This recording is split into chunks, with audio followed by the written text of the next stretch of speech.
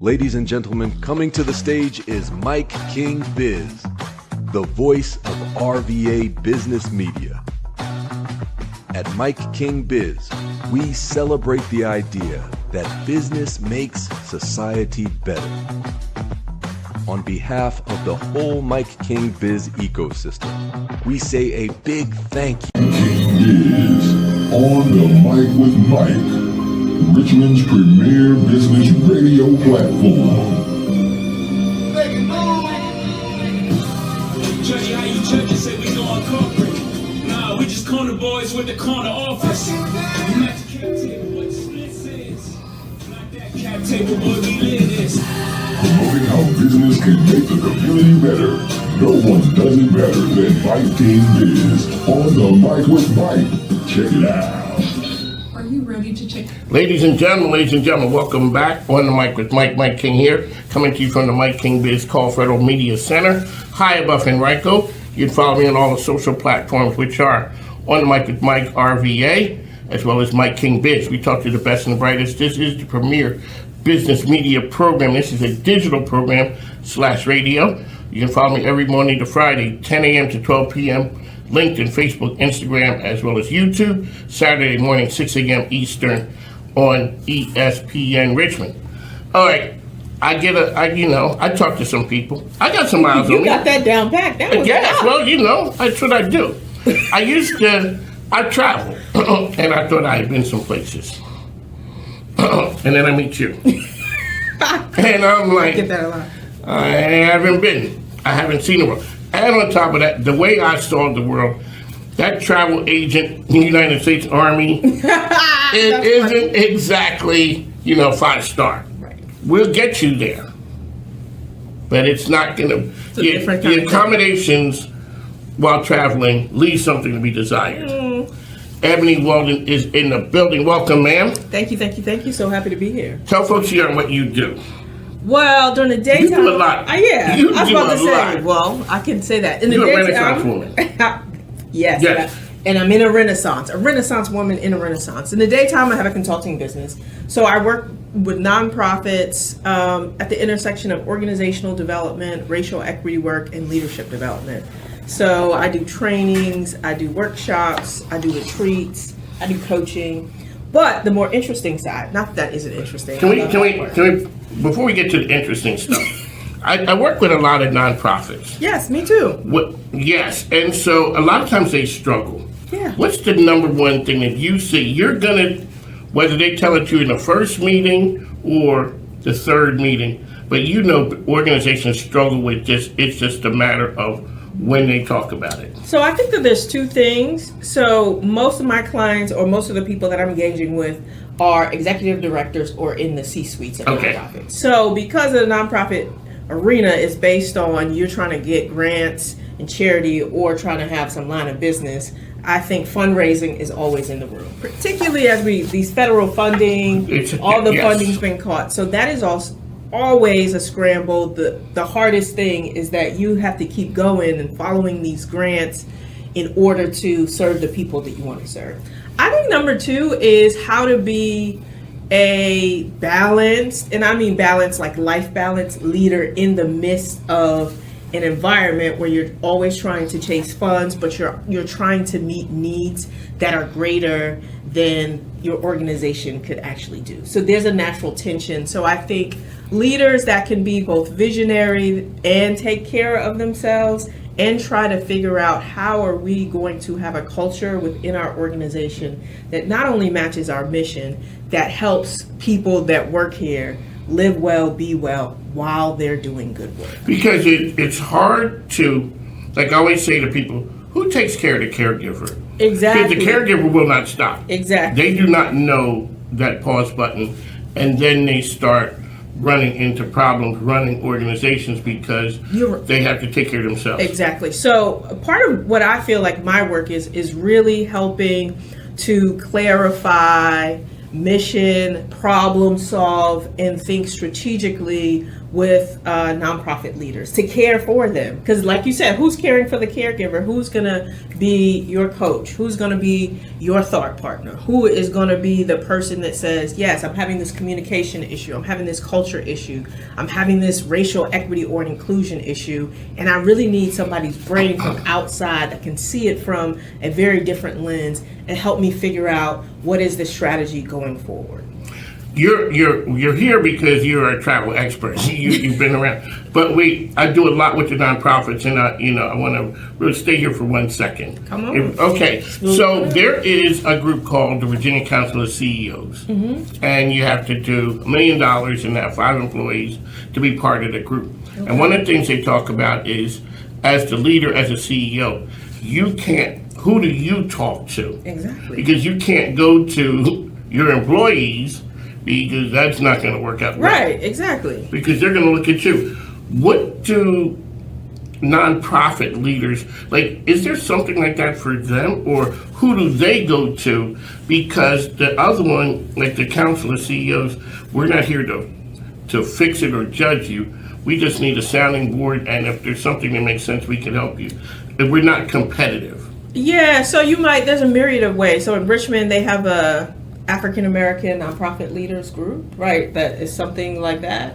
Yeah, African American nonprofit leaders, they have a network where they're meeting and doing just that and supporting nonprofits.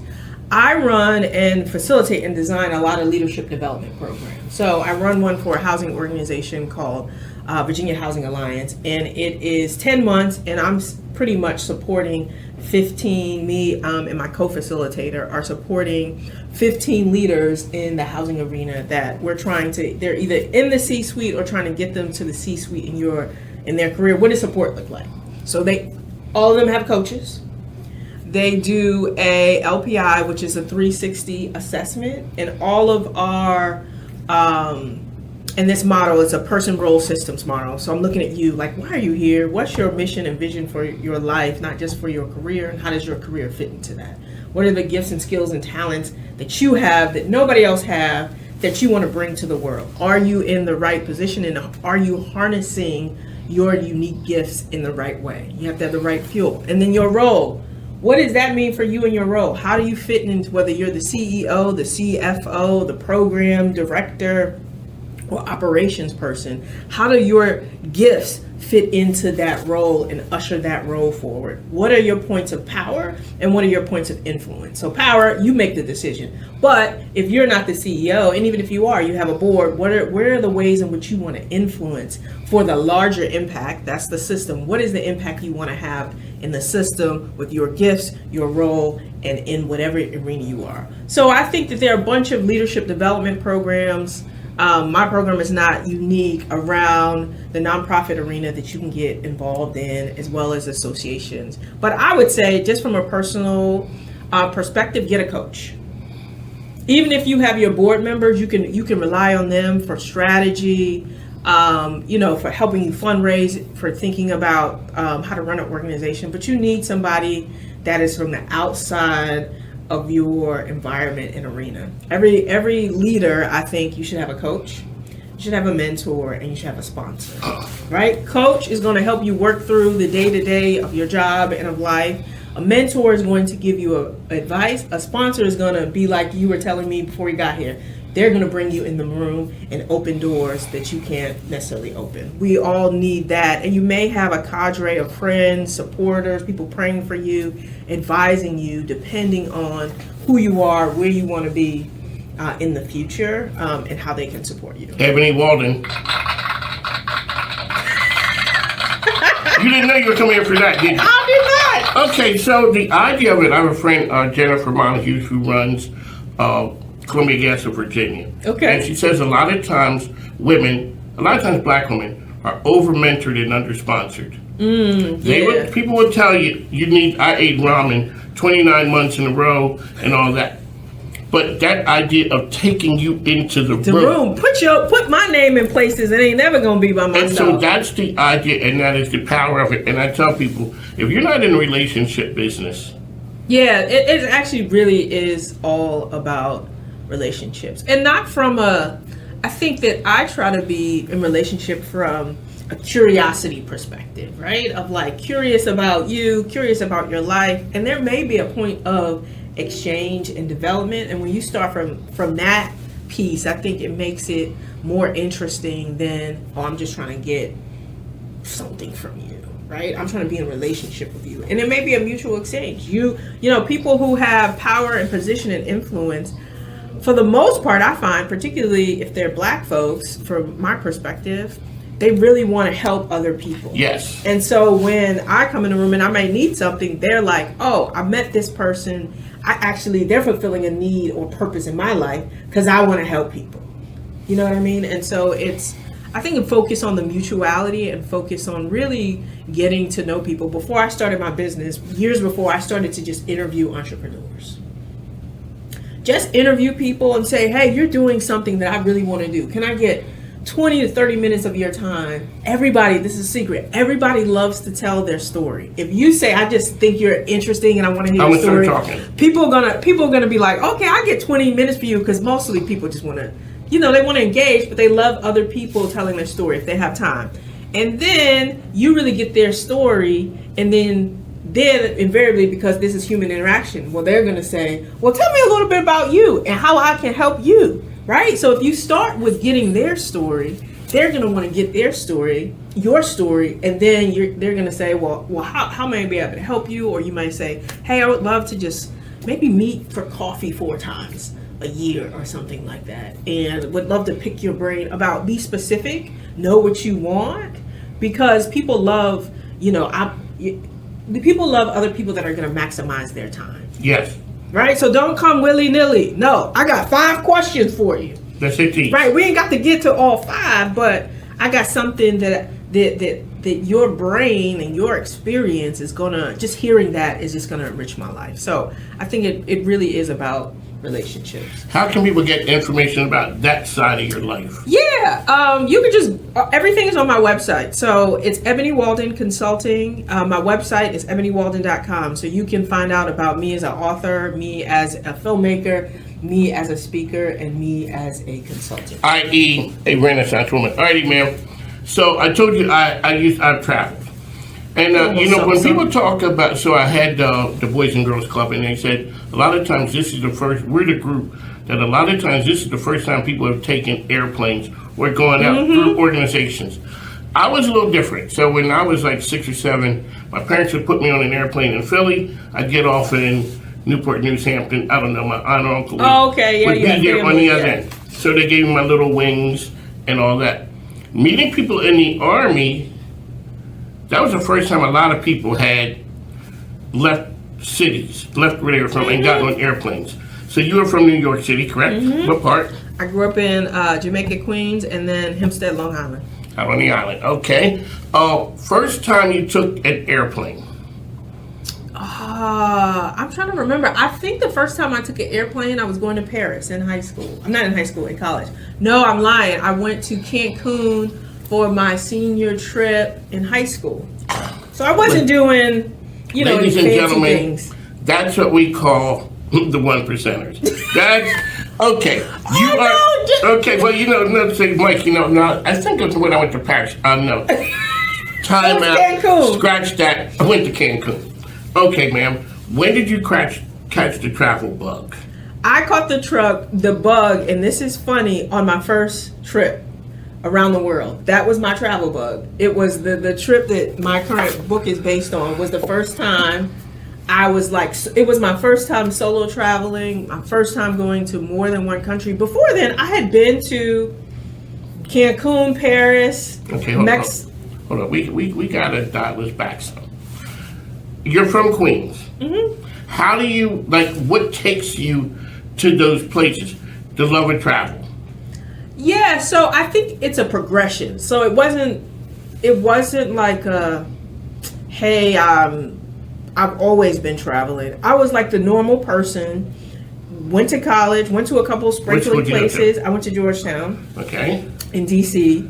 And before that, I'd been to Cancun. I'm trying to think. And most of my travel as a kid, we were driving in somebody's car. We had our fried chicken. Yes, ma'am. We went to DC. We went to North Carolina. We packed our chicken in aluminum foil. We went to family reunions, visit family. So I went to Detroit, had a family reunion in DC. We went to North Carolina. That was pretty much my travel as a kid. That was most. We had no money. That's what I'm saying. No, okay. When somebody did something big, they went to Florida. Yes, exactly. Okay. So I wasn't flying. I had to get on a plane. So maybe as we went to Disney World, we went to Florida as a kid. That might have been the first time I was really, we were having a good time. But I wasn't on a lot of planes and doing it. Well, I really got the travel bug. It was like, I don't know, this sounds woo-woo, but it was just like the spirit took over me. So let's go back. In 2009, I graduated college in 2002. I'm at my first job. It was in Charlottesville. I'm a city planner there. So I'm looking at site plans and development plans and 20-year plans for the city. But I'm always a person that is very visionary. So maybe in 2007, I created a vision board. My office maybe was about this size. And on my vision board was me and a passport. It was all the areas of my life that I wanted was a passport. Wasn't thinking about travel. One day, a friend of mine, who was a friend of a friend I had only met once, calls me up and say, "Hey, Ebony, I'm going on an around the world trip." So we're talking. He's like, "I'm about to be 30. I got a little bit of money saved, and I've been at my job like 3.5, 4 years. It's a good time for me to transition." Those are the things I remember. By the time I hang up the phone, I said, "Well, that's true of me. I'm about to be 30. I got a little money saved. I've been at my job 3.5 years. This is a great time for me to transition. I should go on an around the world trip." And then I think I just have a high level of self-belief. And when I get an idea, I believe the idea. Okay. I believe that ideas placed in my brain are God-given and that I'm supposed to do them. I think that's the core of it. So I was like, I'm going to go on an around the world trip. So I started doing my research. Mind you, this going on around the world trip in 2009, 2010 cost $30,000. I have maybe like $3,000 in my bank account, but I said, look. So I said, if I sell my car, sell everything I have, I will have $7,000, right? I said, I need $23,000. How am I gonna get it? So I said, let's do math, because I think money problems are really math problems. I said, if I ask 150 people I know for $150, I'll have about $23,000. So that's what I did. 9 months later, well, actually a year later from when I got out of the idea, I was on a plane. I was going to 17 countries across 5 continents. I was volunteering, I was sightseeing, and I was a poet at the time. At the time, I was hosting this open mic. And so I had learned the beauty of listening to people and hearing their stories. And I had like a fill in the blank poem. It's kind of like a Mad Libs kind of thing. And I said, I want to do this where I'm from poem with people around the world, because I love hearing people's story and I love the power of poetry to help people tell their story. So I put it together. I had a website. It was called the Poetic Justice World Tour. I like that. I was going to blog. My thing is the poetic justice piece is I was going to create poetry and try to capture the voices of the people that are forgotten, that don't necessarily have a voice around the world. Because I was volunteering in schools, community centers, in orphanages during my time, and then backpacking in between that. So that was how it came together. I just got an idea and said, how do I make this happen? Where I'm gonna go? I emailed all my friends and say, where do you have friends? What are the places I should go? Where are the organizations I should connect with? Do you have friends in these places that you can connect me with? And where are the places that I actually want to go? So I still have it. I was with my friend in a restaurant, and he turned over, those menus where it's like a burger place and you like check all the things. So it's like this long paper menu, and he's like, okay, so he can draw. He drew a world map, and he said, well, where do you want to go? And then we just put the stops on there. I still have that, and that napkin is literally the plate, like my route around the world. So if you're going around the world, like on an around the world trip, you need to go east or you need to go west. So I went south, and then I went east. So on the Mike King here, Ebony Walden, world traveler extraordinaire. So a lot of times people have dreams, And that was a great idea. Boy, I'd love, I ain't got the money. Explain to people the thought process of became a decision to find a way to make it. You made the dream come true. Explain to people about making dreams come true. Yeah, so I think that if you have a dream, I always think it's placed there for a reason. And I get lots of ideas, but this one like really took hold for me. So I do my research to figure out what that dream, like I wasn't just like I'm going around the world. I'm like, let me read a couple books about going around the world. Let me understand what I'm getting into. Let me crunch some numbers. So I don't have a dream that is not specific. I got the specificity of the dream. Yes. I said, I'm going to need 9 months to a year to go around the world. I'm going to need $30,000. I read books. I read blogs. Somebody had a budget online, so I had the budget, research how you do it all. So there was a feasibility stage to say, Ebony, if I were gonna make this happen, what would need to be in place, right? And then when you have the specifics of that, it wasn't just a dream then, it was like a gap. You know how you go on the train and it says what? Please mind the gap. I mind the gap because I said a gap is just only for something for me to jump over, create a bridge over, something.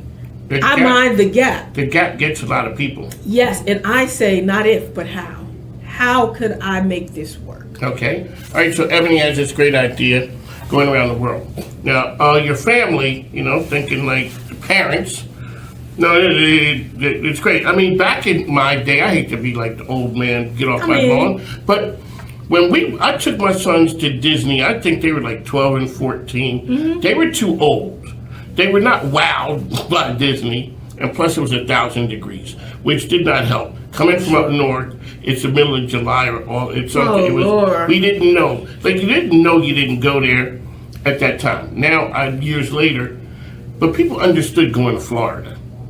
When somebody went to Hawaii, or when I went to Alaska with the Army, people were just like, I did not know where Alaska was. So when you hear somebody going to, Hawaii, or you're talking about, maybe if you told me you're going to Belize, or Bora Bora, or Diego Garcia, somewhere, okay, when she's going there, I just got to make sure she's good there, and then she's coming back. You're telling people, I'm going around the world, and it's just a scary thought that blood pressure is just like, there's just so many things that could go wrong. Yes. Yeah. What's that selling point to finally get people, the parents and people to be okay enough that she's going around on a trip that's going to take a year? I think I don't necessarily, I don't ask, I tell. That's a difference with a daughter, ladies and gentlemen. Yes. Because, I was grown at that time, so I didn't have to. I was aware that my mother and people in my life would be concerned. Yes. But they also knew me as the type of person that does things that are interesting and outlandish that nobody else does. So they're just like, this is kind of crazy, but this is Ebony being Ebony. Okay, this is Ebony being Ebony. Best place. So where did you kick off the tour? Okay, I'll go through all the places I went to, and then so I went to Guatemala, Costa Rica, Peru, Spain, France, Italy, Belgium, Holland, the UK, Kenya, South Africa, India, Thailand, China, Japan, and Australia. On 30 grand. Mm-hmm. I was backpacking. This is a long time. I don't travel like that now. I was backpacking in hostels, volunteering. You didn't move up. Right, exactly. This was under 30. But I understand. So when you got back, you had money left over? No, it's so funny. Well, you were on fumes by the time you got back.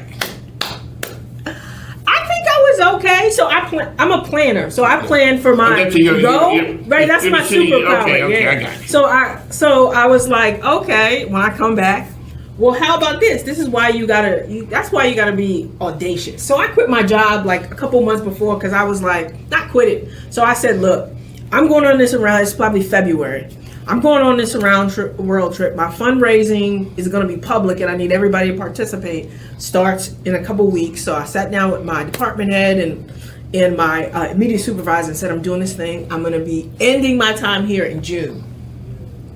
That's what happened. A couple days later, the department head comes into my office and said, hey, I know you're quitting, but how about we give you a year leave of absence and you can come back to your job? That's when people like you. That's not burning bridges. That is leaving. And he said, we never did this before, but I cleared it with the city manager and the HR, and we're going to give you a year leave of absence. If you decide at any point that you don't want to come back, just let us know. He proposed that to me. I quit. I bet that felt good. Well, I was like, you know how I just didn't expect it. So I was like, just stuck for a second. He was like, hello. And I was like, okay, as long as, because I wanted the trip to be whatever it was going to be. If I decided that I wanted to stay somewhere for whatever, I didn't want to be beholden to a job coming back. Okay, so as long as I was like, I intend to come back, but I also want the freedom to not disappoint y'all when y'all went out on the limb. And so, like, if I decide to stay somewhere, I want the freedom to do that without having to. And he was like, all right, if you decide you don't want to come back, just let us know as soon as you can. And then we were good. So you're creative. I can tell by the whole aesthetic and the get up. You're creative. When did you realize, well, we're talking poetry, you're talking travel, you're talking all these things. When did you know you were a creative? So probably the year before I went on this trip. This is classic Ebony. I just be like, okay, I want to do this thing.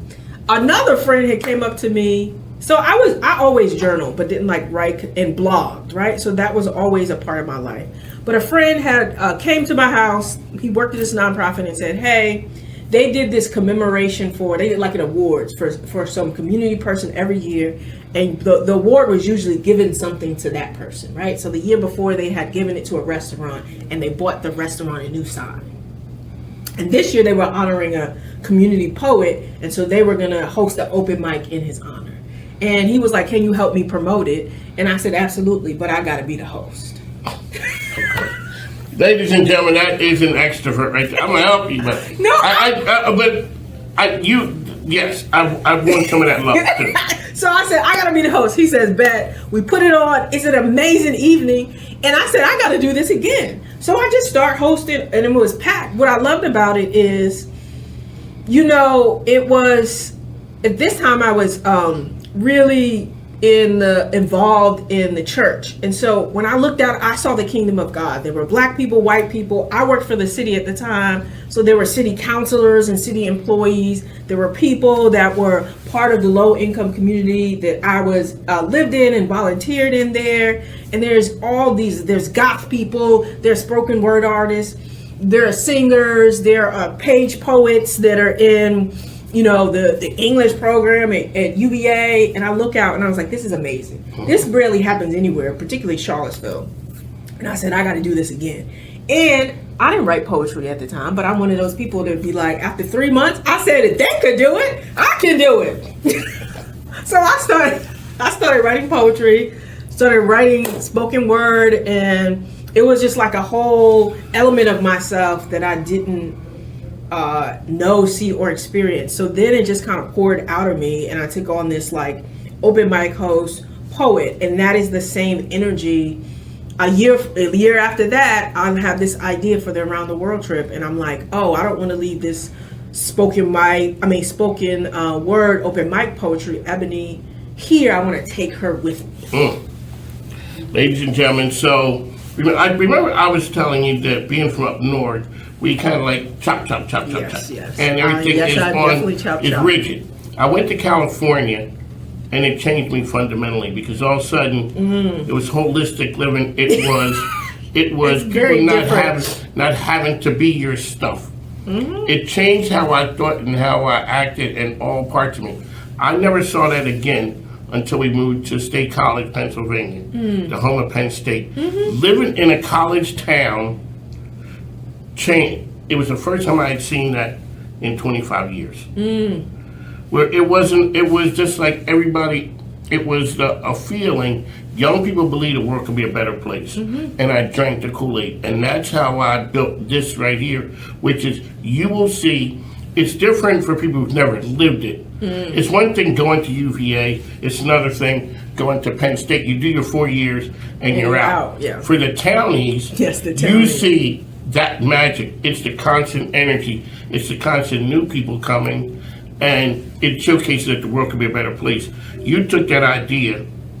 You're saying, okay, I like this. I never did this. I never did that. There's goth people. There's entrepreneurs. There's business people. There's everybody living in this area. You can't get that at a VCU or University of Richmond because civilization is too close. That's what it is. That's funny. You're in the middle of nowhere, and it's everybody came out to this event. Well, I didn't even see that at any other events there. It was still fairly like towny. It was just like because of both me and because I went to UVA, but I worked for the city and I lived in this, community that was primarily black on the lower income spectrum. I had relationships all over the city in those very different arenas. And so bringing all of those, and the organizations I worked with had relationships all over the city. So I just brought all the people I knew together and then some, right? And I think that made that open mic probably wouldn't even happen in other spaces, because you have to have a person that is able to bring diverse group of people together. Which is hard. Yes. And everybody can't navigate through different rooms. Yes. And to your point, it was easier in Charlottesville because, look, it's a small place. So, of course, I know being me because I went to UVA, I worked at the city, I was involved in, community-based work, that I knew people, all those people. But that's easier to do if you live in a smaller place. And the magic really happens when the students leave. Because then it's only a handful of the townies who are left. And you really can make a name for yourself. And understanding so that when everybody comes back, it is the power of the collective. Alrighty, ma'am. Okay. So you got a book. Where I'm From. Where I'm From. Okay, so wait a second. Hold on a second. Okay, 1 second, ladies and gentlemen. Okay, Where I'm From. A poetic journey across 5 continents. You told me you were a writer in the past. When you went back, before you wrote the book, did you go back and read your work? When you just generally as a writer, yes. Oh, you did. You did. I'm not a writer, and I never was that person. My mom passed away, and I was writing, and I put away. Maybe 10, 15 years later, I read it, and I'm like, oh Lord, it hurt. I mean, I'd never seen that. That's why I always ask people, when you're journaling, do you go back and read it? Periodically. Yeah, so I blogged my way around the world on my trip. So I had a blog. And so I'm glad I did, because I captured like what I was doing almost every day on my trip. So it made the book writing a lot easier. Okay, when did you start writing the book? So I went on a trip in 2010 to 2011. Turned in 2011. I started writing the book in 2014. Finished in 2017. 3 years. Well, so in 2014, I think they have something in Charlottesville called Writer House. It is basically offer classes for writers, different genres, from fiction to nonfiction, essays to poetry. So I think I took like a 6-week writing class where you were supposed to write a portion, because I'm like, it was enough after the trip where I had gotten some perspective, and I knew it was an interesting story. I didn't know, and I knew I was fundamentally changed by that trip. And I wanted to go back and say, I don't want to just know I'm changed by the trip. I want to see exactly what changed me, what were the lessons, so that I can incorporate that wisdom and knowledge into my life. 3 years to take it, to 3 write. years, yeah. When did you know it was done? A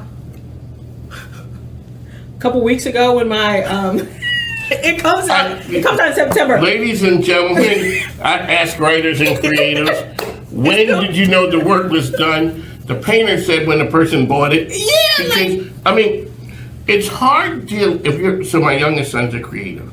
It's hard dealing with y'all. It is. But I would have been a creative, but my father kind of like beat it into submission. Like, we didn't come from that. Yeah. And so you need to get a blue collar job. I've turned into a creative now. But I ask people, that I'm like, when it was done, are you still looking at it from Oh yeah. Even now I'm like, Dad, I should not have written that, or I should have went this morning. I'm like, dang. But so there's different phases to completion. So that 3-year period, I took 2 memoir and a year writing classes. So first year, you're supposed to have a half draft. Second year is full draft. I had my full draft. It was done. My professor read it, gave me some notes. I put it on the shelf. Because at that time, I was literally starting my business. Okay. And I said, I'm a type of person, I need to focus.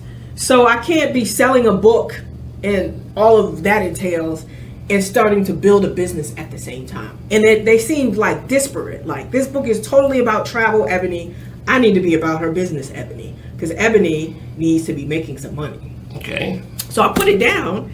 And then a couple years ago, when I have a documentary series, it's called Black Beyond Borders. It's basically me going around the African diaspora, celebrating the beauty, culture, creativity, and cuisine that is Blackness. So that started in 2024, and I said, oh, now it makes sense. That book, I was writing a proposal for another book, and then the spirit was like, you already have a book on the shelf, get it down, now it's time. So I was all about travel then, and my life was about travel, so then I picked up the book. But so there was the first phase of it's done, then there was editing, copywriting, and literally I just sent the last edits to my editor because this comes out in September. You can pre-order it now. That's right. And now can people get the information? Yeah, so you can pre-order. You can literally Google where I'm from, Ebony Walden, or you can go to my website, ebonywalden.com. You'll see the book. Press it right there. You'll pre-order it. It comes out on September 8th, and I basically take you from planning through the whole trip. I write about 15 of the 17 countries, the people, the places, the poetry, but more importantly, how it changed me and the lessons I learned about life, love, and relationships from my global travels. Let's talk about what people get from traveling. Yeah, so I think lots of things, but for me, my thesis is that travel is a portal. Travel is a portal to your own transformation if you allow it to be. Because transformation in any form or a sense of change, you need to be open to change. And what travel does is make you pay attention. Paying attention and being present is the precursor to openness. So when you're traveling, I was telling somebody the other day, I was walking across the street. I don't know where I was. Maybe I was in Mexico City. I was in Mexico City last summer for a couple weeks.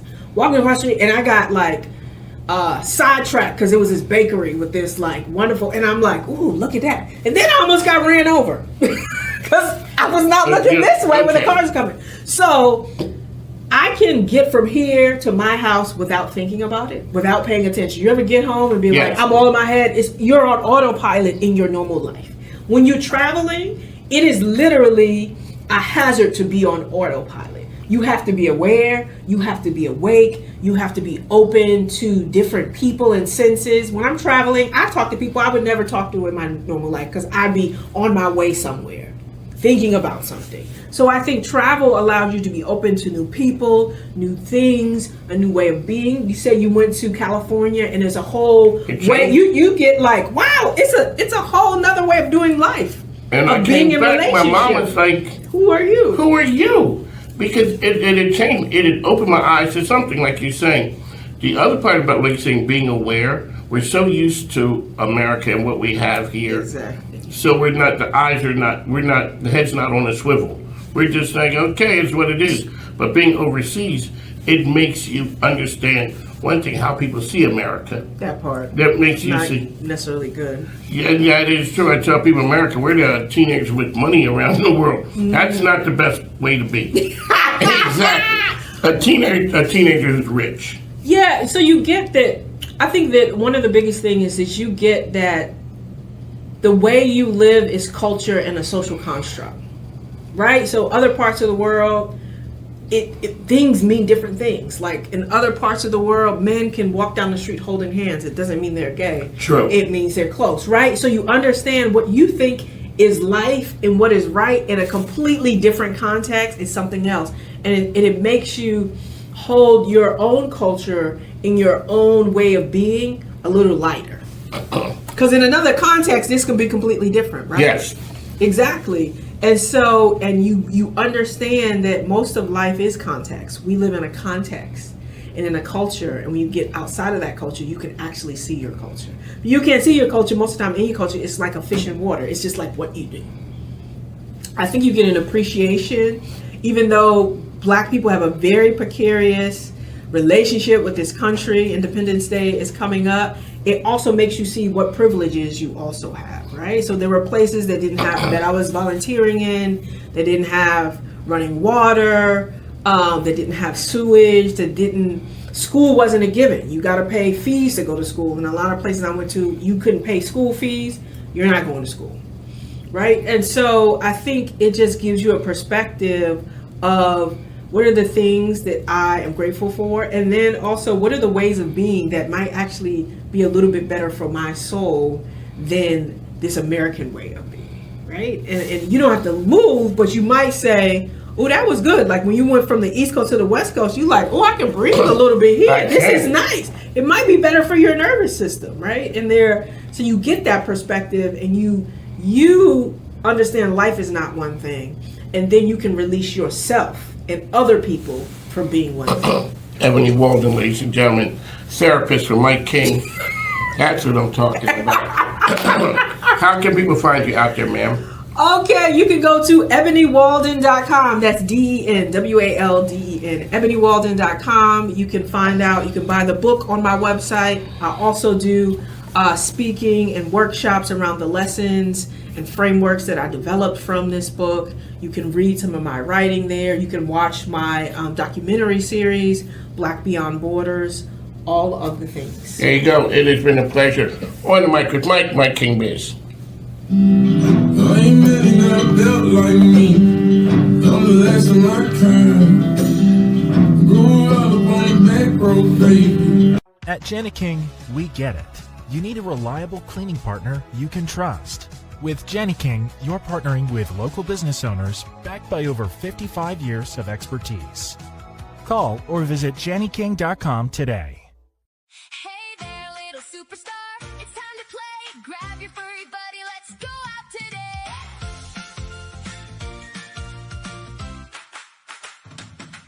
With wagging tails and furry purrs, snakes and turtles and rabbits that twirl, sidekick adventures, just you and me, exploring the world, happy as can be. Sidekick adventures, let's have some fun with our best friends. The day's just begun.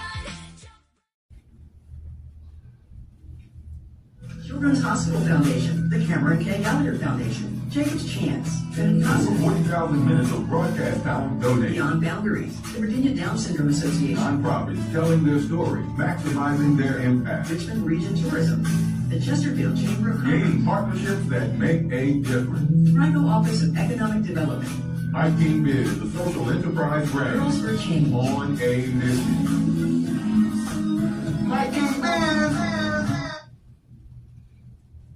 Customer complaints. Ladies and gentlemen, Mike King here, coming to you from the Mike King Biz Call Federal Media Center, high above Henrico. That's where we are, coming to you from way out in Henrico. So shout out to Henrico County for hosting us again. I'd like to thank you and follow me on all the social platforms, which are On the Mic with Mike RVA, as well as Mike King Biz. You can follow us on Instagram, LinkedIn, Facebook, YouTube, Monday to Friday, 10 a.m. to 12 p.m., as well as on ESPN Richmond, Saturday mornings, 10 a.m. we're not 10 a.m., 6 a.m.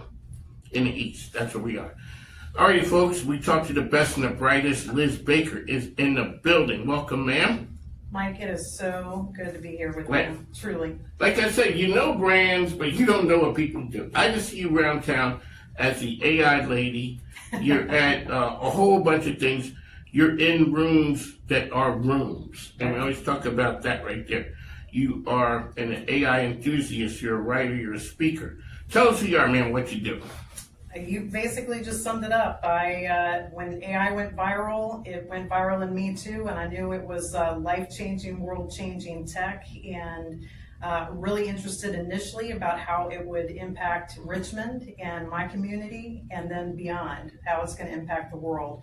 And then as a person who really wants AI, here's my mantra. My mantra is AI for us, not to us. I want AI to happen for humans, for our thriving, and not to us, right? Because AI can be used to oppress people, it can be used to exploit.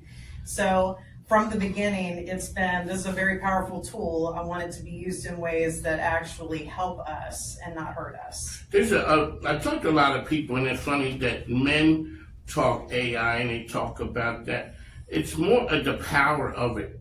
It's more when I hear women talk about the ethical side, the human side of AI. So you told me you are from Virginia Beach area. I am from Virginia Beach, born in Norfolk, and from Virginia Beach, came up here in the 90s. Okay. I came to Richmond. So I ended up getting a Bachelor of Fine Arts degree from VCU in hot and cold art glass and hand and thrown ceramics. I immediately it was amazing. I had incredible professors at VCU, really nationally renowned professors, but I graduated and went right into corporate. So were you always a creative type? Always creative, yeah, from the time I was little. As a matter of fact, went to a specialty center when I was, a special art school when I was in elementary school. Do you come from creatives? My brother's an opera singer. Okay. Yeah. So yes. Yeah. Parents, were they creative? Actually, no. So my father was a professor. He's a earth science professor who teaches people how to do earth science. So he taught teachers how to teach. Okay. Which I think my love of both science and of teaching others and helping people to grasp concept and ideas probably comes from my dad's love of education. Okay. So he was a well-loved teacher. And then my mom we call her Thor Thunderhammer. She is, she's a beast of a woman. She's in the best way. She's just a real servant-hearted person and a real strong leader. So I'm sure I got some of that. One of the things, so my youngest son is creative. Right. When you're not creative, you guys are hard to deal with. So true. Because we want you to sort of fit. Right. And whether it is dance moves, calligraphy pens, cutting up clothes, singing, performing, all those things. And as a parent, we just kind of try to keep it. Yes. Yeah. I think I would have been creative, but my dad kind of put the squash on me. Mm-hmm. Like we did back in the... What do you think you're doing here, though? You're building. You are absolutely a creator. I see you as a creator. My sister told me, and we're almost 14 years apart, she goes, you turned into dad. Because my father was a character that people knew and everybody. So my sons and wife looks at me now. This is a whole different me. This whole media, Mike, and all those things. So I see you wrote a book. I did. And as a creator, do you know when things are done? Like you wrote the book, and here's the book. AI thinking model, and this is specifically about. Using AI to actually build the capacity of critical thinking while you're using it. And as far as the creative process of creating it, I actually used my art school background. There's a concept of what's called overpainting, where you can have a brilliant piece of art that you've created, that you've poured your heart into. And you're like, yeah, well, what if I do this one last thing? Oh, so there is an actual term for that. That is called overpainting, and it applies to everything that you can do. You can get analysis paralysis over your art, over anything. You have a product you're doing. You spend too much time thinking about it. You don't ship it, and sometimes you can even ruin it, right? So you can actually have something that's really good, and then you like that next stroke that you put on it, you actually ruin the piece. Because I ask people, when do you know it's done? Some people say when the person picks it up, where I can't mess with it anymore. Right. So with the whole writing, how long did it take you to write the book? All right. So the frameworks in the book I've been working working on them since I started using AI. And then I created something called the AI thinking model over the last year and a half. And then to actually pull everything together with the help of AI, as far as getting my thoughts together as editor, helping me get it onto Amazon, it took me about 3 months. And I shut down my life. Seriously, I stopped going to... You said I'm in the rooms. Yes. I stopped being in the rooms for a while because the only way I could get it over the finish line was to say no to so much other so that I could focus my time specifically on it. One of the things that when we talk about AI or the power of technology, it's overwhelming. So I used to, being in the Army, I had a German sister-in-law. And when she came to the States, even though she had seen the PXs where you go to the commissary, you go to buy, it's not like coming to the States and seeing American excess. Right. And she was like, wow, this is a lot. So it can scare people. One of the things that people don't use technology for is, I'm not going in there, period. And then I might stick my toe in there, and I just get used to my feet dangling there a little bit, as opposed to how can this framework help me solve this big problem with the critical thinking. It can help me develop those ideas. It can help me develop an action plan, and it can help me implement that. Absolutely. But I'm totally scared because it seems overwhelming. It can be overwhelming, but actually that's one of the things, and I think I get this from my dad. We're talking about the teaching.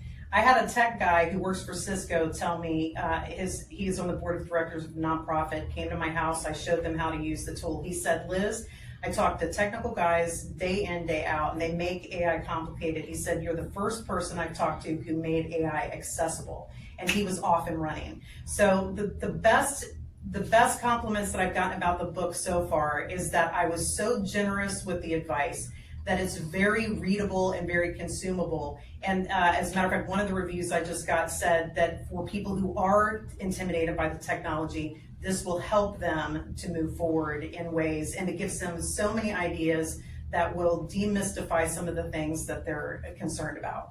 So you are an OG Richmonder who's not from here. Right. You've been here. I've been here since 1990. In the dark ages. Yes. And you look at, from a business standpoint, what would you say now? Like, what's the biggest difference that you see now, and when did you start to see that turn starting to happen?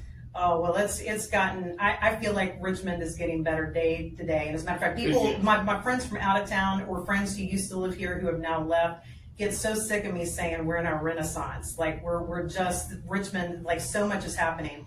And I'll tell you a story about AI. I tell people all the time. I went to a local networking event where they were talking about power usage for AI. And the guy I sat next to is a nuclear scientist. And he said, Liz, I could live anywhere in the world that I wanted to live and be associated with AI and power, but I chose Richmond, Virginia because of the cool things that are about to happen here in the next 5 to 10 years. So there's really cool stuff. And I tell you the other thing, Mike and I were talking about that we went to Will Melton's First Friday. That was crazy. Right? But while we were there, one of the things, I come to Common House or to the Black Irish Social Club often, but to be there on a Friday night and see Broad Street with so many people, so much activity, I haven't seen Broad Street like that in the whole time I've lived here. That is a major change. To see the city center vibrant, people excited to be down there, things happening, I'm loving it. So you are a Renaissance woman. You go back to the beginning of this whole AI movement. When Will Melton told me about that, it didn't resonate about what exactly it was. And he gets his little crew together, and next thing you know, it starts to take shape. Yeah. And that's when I started hearing and seeing you around town with this core of people. And it says, we're going to make Richmond the AI capital. Right. And that one, people say things all the time, and some people are open to hyperbole. Right. Right. And things don't happen. But you start to see this. Talk about that in the early days, the whole, before everybody got on board and saying this AI ready thing is really something. The early days, it was the core of you guys. Well, we just knew it. As I said before, the first time I tried AI, I knew. You knew it. I knew that that was life-changing tech. I had been in corporate tech optimization for decades before that. I was an optimizer of stuff, and so when I tried it for the first time, I knew that this was something special, that it was something different. And when I heard Will Melton's name and that he had talked to Mark Warner. Do you know the origin story? Yes. Yeah, that he had talked to Mark Warner, and Mark Warner had said, "Is your city, AI's coming, is your city ready for it?" And Will Melton was like, "No, it's not." So he came back and started that. I heard his name. I attended a call. I knew that it was going to have major impacts. And because I love Richmond, and because I want the people of Richmond to be prepared, not just like be prepared for AI, but actually know how to use it and utilize it so that they can upskill, so that they can be more prepared for the future, I was all in. So I see you guys are operating out there. This whole women in tech thing, this women in AI. I see you rolling out partner LJ Lori Jennings. Oh yeah, absolutely. You guys talk about the women in tech and this whole movement. Well, I mean, I'm sure you know that women in tech are underrepresented, yes, especially in leadership, and we don't want that to be the case, because actually businesses don't want that to be the case either, because even though women are underrepresented in tech, they're also overrepresented in consumer areas. So they're the ones buying the stuff for the families. They're the ones who are building the community. You want them involved in this conversation. The other thing from the beginning that really stood out to me was that AI has the potential to disproportionately impact women's jobs. So women have a lot of administrative kind of process roles that can actually be replaced by AI. So my point is, let's get women in the conversation for a ton of reasons, and they should absolutely be leading the conversations, but also they need to be upskilling. They need to understand how it's going to impact the community. They need to be ready for it. So that's why I was passionate about getting women involved and saying, I don't care if you even like it or not. You may hate AI and say, I wish that the AI had never been a thing. It doesn't matter. It's still here. The cat's out of the bag. The train has left the station. It's coming. How are you going to deal with it in a way that is good for your community? Ladies and gentlemen, Liz Baker, the AI thinking model author, is here with us. When you look at the whole AI scene and people are afraid of it, the idea of it is, if you know the content, it is a tool. When you see something that is life-changing to organizations. So I back in the heyday, I used to sell technology. I used to be a sales rep for a technical company. And it was funny because a person would say, it is hard to find a technical person who can speak English, or you can find a person who is a salesperson who is technical enough to understand to start the conversation. AI has been in every part, it's coming into every part of our existence. Talk to business owners and let them know, don't be afraid, there is opportunity here. It is not as dreadful as you think that it may be. Well, I'll say it's not even as dreadful. I can't tell you many organizations that I've walked into the organization and almost every organization that I work with, especially within the last couple of years, had people who were maybe 2 or 3% who were early adopters who were really. You're an early adopter. Right, I'm an early adopter. When stuff hits the street, I'm into it. I've always been visionary. I like tech. I'm interested in it. I'm interested in the future and how it impacts people. But I go into organizations and we start the conversation and they're like, I don't know about all this. I've heard all these things. By the end of the conversation, they're excited. They are starting to see the opportunity. And there's a famous biblical quote that says, without a vision, the people perish. If you don't know what something can do and you've only heard the negative of what it can do, or as a matter of fact, today, my brother called me. He was sitting with a thoracic surgeon who had tried ChatGPT to plan they're trying to go to undeveloped regions and actually put medical people on the ground. And my brother said, you should try ChatGPT to help you with the planning of the trip. And the guy said he tried it, he hated it, it didn't work for him. Well, he didn't know he didn't know the questions asked. So you got a thoracic surgeon who's a brilliant guy who doesn't yet know how to interact with AI in a way that will get him the results that he needs. But once he learns it, he's going to love it. So you think that is what really holds people back? They don't understand the correct prompts. They don't understand what to ask. Well, and that's what this is about. Not only that, and I bet you don't know this. I'm sure. I bet you don't know this.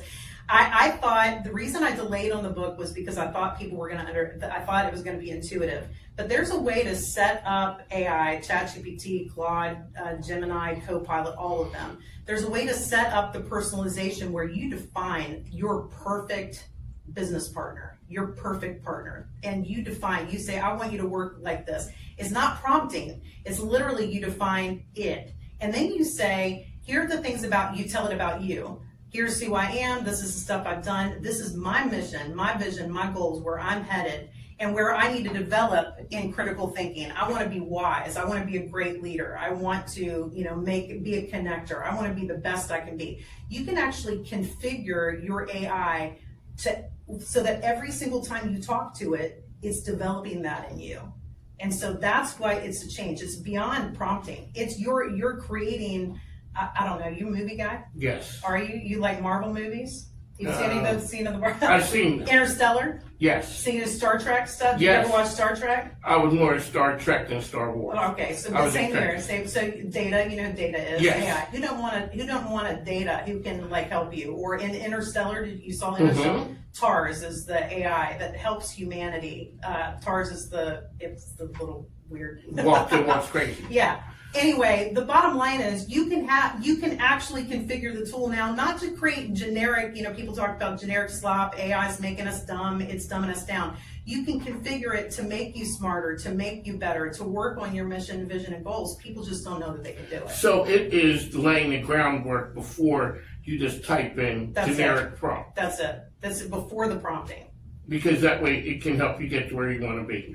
So back in the day, I used to sell technology, and there was a line that the techies kind of didn't want the salespeople to cross because, I guess they wanted to keep the intelligence level high. Right. And they didn't get it. So initially, when I meet Liz, I'm going to march you down to the tech people, and we're just going to go down there. And when I would meet with the tech people, they would talk about, these are the bits and bytes. I talk to bits and bytes people. This thing is great. And then I go over to the dollars and cents people and say, those guys are idiots. We're not paying for that. A lot of that conversation goes away now because the dollars and cents people understand, the ability to understand the technical side. Because now we've helped it speak English. So Liz walks in and says, if you implement this, or if you look at it this way, don't worry about the prompt. Well, yeah, and as a matter of fact, I've met with multiple organizations this year who had AI pilots, right, where they had a certain group of people who tested it in their organization for a year and didn't get any return on investment. So the dollar people are not happy. No, they're not happy. The leadership is not happy about it. I come in and I say, well, did you do this? Did you know you could do this? Did you talk it to this? What they've been doing is just giving their people some prompts and saying, go at it. They haven't been using it strategically. Once I show them how to use it, this is legit. Like I'm not, because everybody says, hey, everybody says I can transform your organization. I go in and I say, have you been doing this? No, this was turned off. We didn't even know that was something that we should be doing. So once they start seeing strategically how to use it, then you start saying, I can transform my entire workforce using this. So if you have every single person on your workforce, your salesperson, make me the best salesperson ever. So AI literally knows I'm a salesperson. I want to be the best salesperson ever. I'm going to put my quotas in there, what I'm trying to do. It can actually help you to work on that. So if you have every person on your team, from the CEO to your admins, the salespeople, everybody in between, where AI is helping them move forward to be the best that they can be, then you're starting to do things with the organization that you've never been able to do before. And you get rid of some of the administrative work that has been slogging you down. So Liz Baker here, dropping nuggets of knowledge with us. So now, the name of your company is Nimbology. Yeah. What's an engagement look like when Liz shows up? So I start with the executives first, and the reason I start with the executives is because a lot of people with AI have said that this is a technical thing. Of course, right? Give it to we're the tech team. We're sending it to the nerds down there. Right. But this is not. This is transformational from everybody from the CEO to the admin.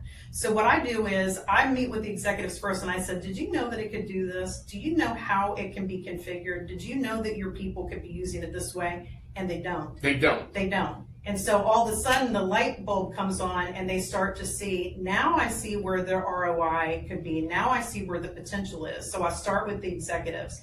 Then we move into training two different things. Either training the leaders, right? So for instance, a school, you might actually want all of the staff and the faculty to know how to do it, so that when they're teaching their students, it's part of what they're doing.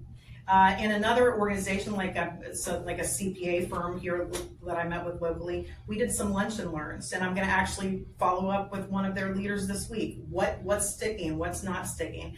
I prefer relationship because AI is moving so fast. I want them to get the basics. I want them to see how it can transform their people. And again, that's really important too. It's not just about productivity. It's about making their people better. It's about not eliminating workforce, but actually augmenting the workforce with AI so that they can do cooler things, so that we can solve some of the world's greatest problems with our organizations, not just this zero-sum game where we're eliminating our employees so that AI is doing all the work for us.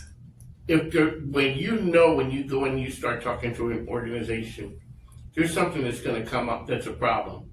It may be right now, or what is the one thing that you think is glaring as a problem right now for businesses? As a problem for AI, or as a problem just in general? In general, that AI can play a part in solving. Well, I think actually the problem in general is that they have been using AI to solve problems that maybe it shouldn't be used, and they're overlooking the fact that they can upskill their employees now and actually get the ROI on it.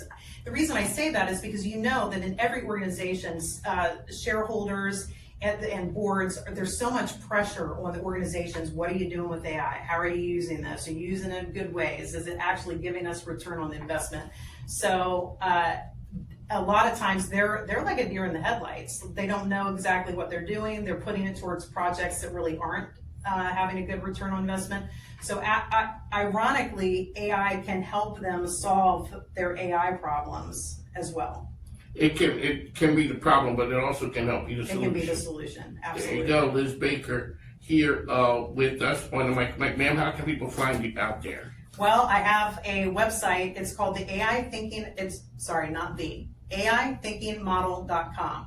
And if you go there, there's actually, you know me, you know I'm honest about this, no strings attached. And when I say it's no strings attached, I mean no strings attached. There is a configuration tool that can help them to configure their AI in a way that's more strategic. Just like we were talking about earlier, tell it how you want it to act, tell it about you. So that can actually walk them through. There's a link to Amazon where my book is, and of course they can contact me directly through that site if they have additional questions or concerns. People want information about AI Ready. If they want at AIReadyRVA.com, they can go there. There's so much information. I'm a member. I highly encourage people to, especially Richmonders, obviously, to invest, become a member, give a little bit of money to help with AI literacy, not just for you, but for the entire community. I say from grannies and grandpas to students, everybody in between needs to know how to use it in great ways. At the last party, Will Willis had said to make, do you want Richmond to be the Silicon Valley of the East? And he said, no, we want it to be Silicon Valley to be the Richmond of the West. Right. And when you look at that right there, to go from the time when you guys are having those conversations to where AI Ready has come in a little bit of time, it's amazing. Absolutely. Incredible. Well, because people know it's life-changing. They know it's changing their industries. And again, that cohort model we've got where you can, if you're in project management, meet with project managers and see how AI is changing your industry. If you're in finance, meet with other finance people and see how it's changed your industry. And so that, that cohort model and meeting quarterly is allowing not too much moss to grow between the meetings too. AI is moving too fast to meet, every now and then. We have to keep it going. There you go, Liz Baker. We'd like to Are we really doing this? It's your call. Call Federal Credit Union, your best call for mortgages. Mike King coming to you from Crossroads Art Center. It is the 3rd annual Mikey Awards. This is an amazing night we had here. We are honoring 8 individuals who are doing some amazing things in the community. It is a celebration of business in the RV area.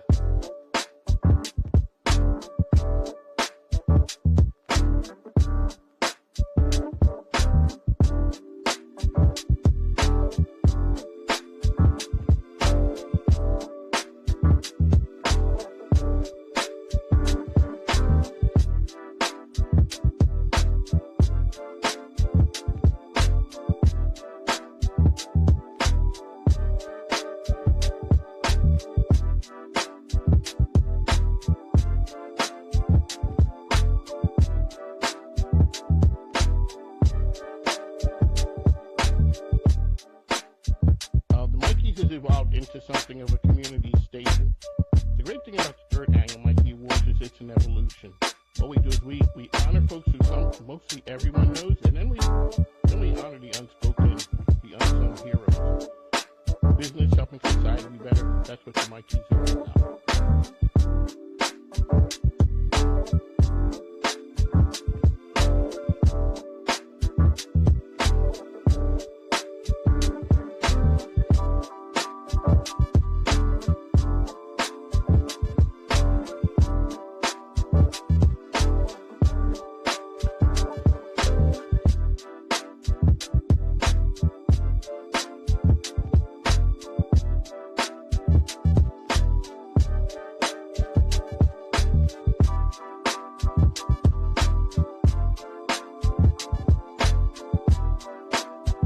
Like to say thank everyone for supporting me. MIKEKINGBIZ, I'm out. Gentlemen, ladies and gentlemen, welcome to the Business Breakdown. Mike King here. It may look different to you. I'm in the studio of the RVA Small Business Network.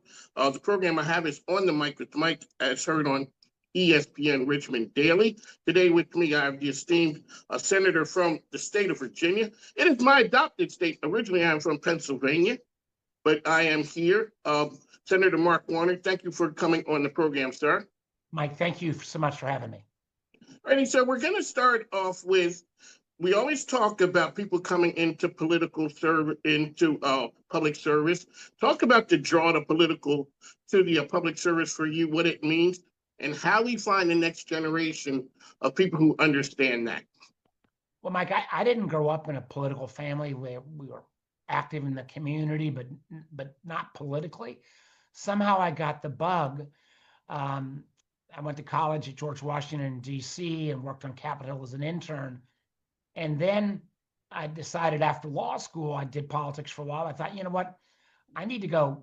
I didn't come from any money. I was first in my family to graduate from college. I said, I need to go try business. And I started a business, first one, invested my whole life savings. It failed in 6 weeks.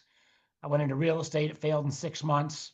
So about age 26 with student debt, sleeping on my friends' couches, living out of my backseat of my car, I got an opportunity to try a third try, and that was around cell phones in the early 80s, and managed to do really well. And I decided after doing business that I wanted to come back to politics, really based upon the presumption that, you know, I hope I was self-aware enough to realize that if I'd not been a white guy with the right education, I might not have gotten 3 chances or 2 chances or even 1 chance.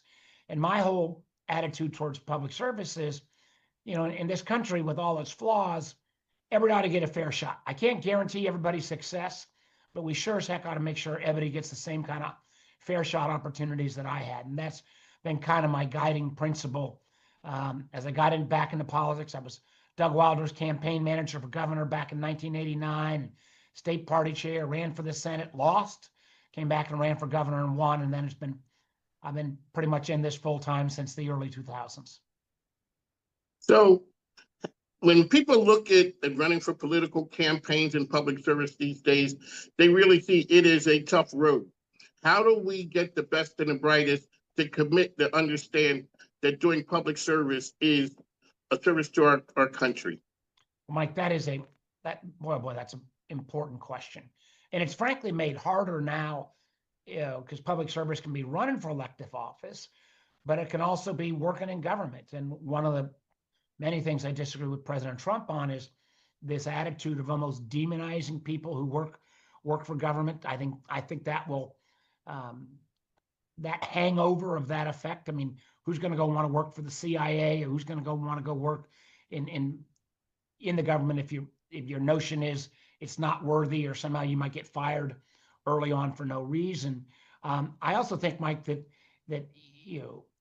I'm a big believer, I guess, as a business guy, that neither side has all the answers.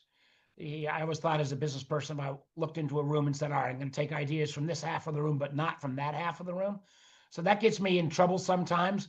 I'm a Democrat, but with some of the harder core, I think the political extremes on the left and the right are, don't lead always to good solutions. So I've been trying to encourage people not only to go into public service, but if you go in and you run for elective office, be willing to try to work with the other side.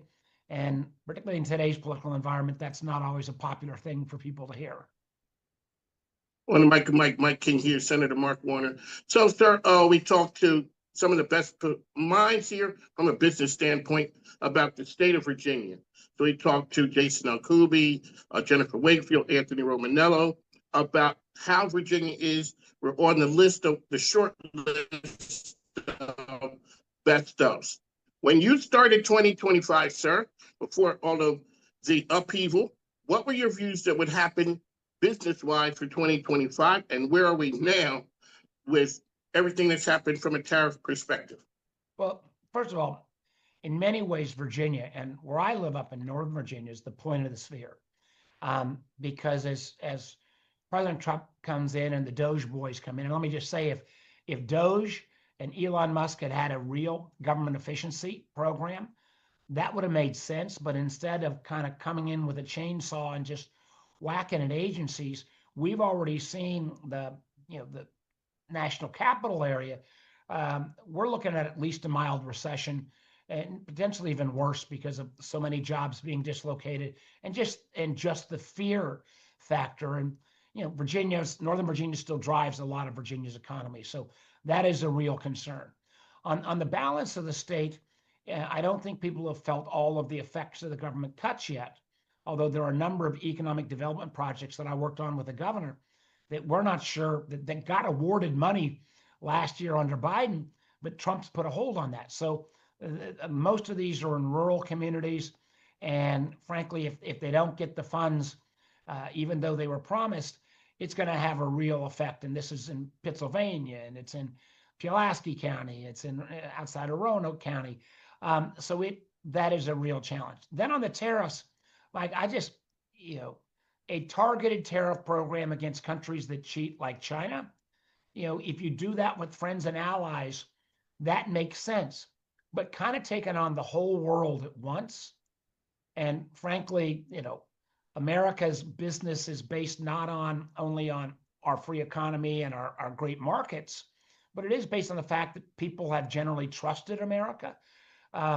It bothers the heck out of me when you see with these tariffs across the board that, and I see this as now vice chair, I was chair of the Intelligence Committee, about countries starting to say, well, maybe China is a more trustworthy partner than America. That scares the hell out of me. And we are already seeing the effects of tariffs. I had a bourbon maker from Richmond come up to a couple of weeks ago when the Canadian tariffs were being announced. And I tell you, Mike, even if the tariffs get reduced, for example, on Canada, we've so angered the Canadians. It's like crazy. We're saying Russia's a friend and Canada's an enemy, that it's going to be a long, long time before that bourbon maker is going to get Canadians to buy American booze. So I think we haven't seen all of the full effects of the tariffs. I'm glad to see at least a short-term starting of an agreement with China. But I think unfortunately, the worst is yet to come. And since Virginia both depends upon government and government contracting, and we depend upon trade with the Port of Virginia down in Hampton Roads, we got to buckle up. This is going to be a bit of a bumpy ride. ESPN Richmond, RVA Small Business Network. This is Mike King, Senator Mark Warner. is here with us, sir. I know we'd like to thank you for your time. One last question. Yes, sir. What can business owners do to voice their concern, pleasure, displeasure with where we are from a governmental standpoint with the things that affect their business? Well, I always think it's great, especially for small businesses, to participate in like their local chambers of commerce. I think that is a good way. I think frankly, I like to encourage businesses, to not to be viewed just as partisan on one side, Democrat or Republican, but to let your elected representatives know. And as a former governor, I'm now senator, and most importantly for, I think, your listeners and viewers, a long-term business guy, I think it's important to hear from business leaders who create the jobs, who have the innovation and the ideas, to take the chances. And what most business leaders want the most is predictability. I mean, they'll live with whatever rules government puts together, but they want predictability. And unfortunately, at this moment in time, that is not something the current administration is offering folks. On the mic, Mike, sir, we'd like to thank you for your time. Any parting words you'd like to give us, words of encouragement? Well, just Mike, the fact that, I hope your listeners and others will remember when they see somebody that appears to be successful, whatever, nobody's life is a straight line of success after success. The great thing about our country is, I'm a strong advocate of taking a chance. And if you have to fail, I failed a couple times in business. I failed once in politics. But the best thing about our country ought to be that ability to kind of pick yourself up and learn from failure and get back in the game. And the more we can do to make sure that businesses in Virginia get that fair chance. I'm a big advocate of access to capital issues, for example, for underserved communities. Just as many good ideas in all communities, but the difference is many communities don't have the same kind of access to capital. But I guess my big final comment would be, take a chance. Don't be afraid to fail, as long as you got the willingness to pick yourself up and try again. Thank you, Senator. We'd like to thank our good friends over at the Chesterfield Chamber of Commerce, Karen Webb, Brian Anderson with the Chamber RVA, as well as Floyd Miller with the MBL. So, folks, we'd like to thank you for your time. Senator, thank you. Sir, here talking, and you guys are on all kinds of lists. Yes. You guys are on lists out there making magic happen. And then I see the number of Black-owned businesses that all of a sudden Richmond is the Mecca. Yeah, I mean, 66% in 2023, according to Yelp? It's just amazing. I mean, we had a few open during the pandemic. Ruby Scoops being one of those individuals. And of course, we cannot forget about the Lindsay Group, right? Shout out to Mike Lindsay out there. Now, that's crazy. Right. I mean, Lily Pearl's opened during the pandemic as well. And I mean, ML Steakhouse in Chesterfield County just opened not even too long ago. I hope to get out there sometime within the next week because it's my birthday and I think I want to go celebrate. Shout out to your birthday. Thank you. We were at Farm and Oak just about a couple weeks ago. And it's something when you start looking at during the pandemic, the opportunity, and here we go back to intentionality.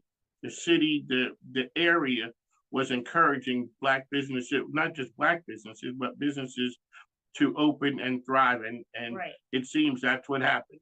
Yes, yes. I'm really thankful to people like Richmond Tourism. I mean, we cannot do it without the support of our community, but also to our jurisdictional partners, right? And in our organizational partners like Jacksonville Collective and in Unison, like those individuals are on the ground every single day, connecting with business owners, making sure they're addressing areas of growth and building capacity so they can continue to sustain during all the challenging times that we have. And then, of course, the residents who are out, making sure that we're supporting even when people aren't traveling. What do you think it is that Richmond is such a fertile ground for people starting businesses, not just Black, but right.